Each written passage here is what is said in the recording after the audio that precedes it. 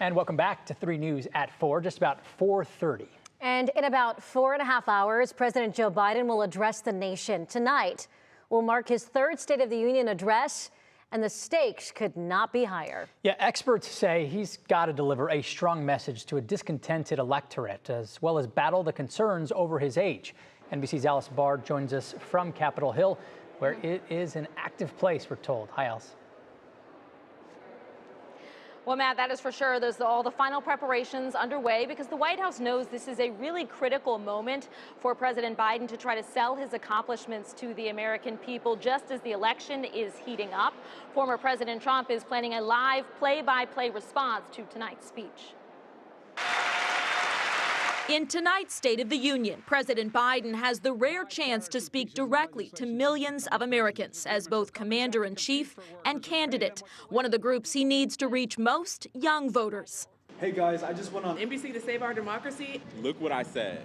These Gen Z and millennial content creators will be asking lawmakers questions right before State of the Union. I think it's really important to talk about reproductive freedoms.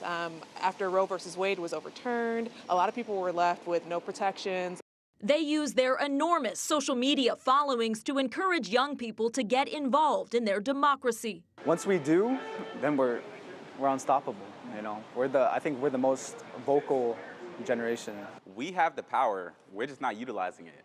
One key issue for young voters, U.S. support for Israel in the war in Gaza. There's something very horrible, horrendous happening, and I believe this administration can do a lot more about that.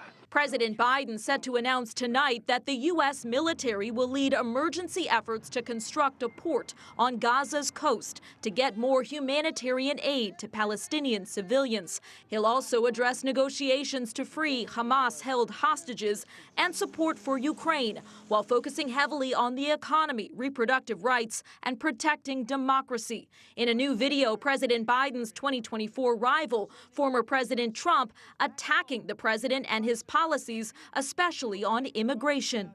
We cannot take it any longer as a country. The country will be watching as President Biden delivers a critical speech heading into the general election. After some outbursts last year, House Speaker Mike Johnson is urging his fellow House members to be respectful tonight. Another thing to watch is the invited guests who signal important issues tonight, including a focus on reproductive rights as well as Israeli hostage families. Matt?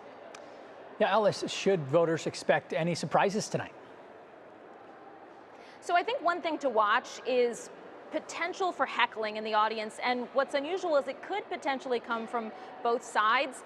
As I mentioned, House Speaker Mike Johnson has urged his House members to have decorum. That's what he said. And last year there were some pretty heated moments of shouts from House members on the Republican side.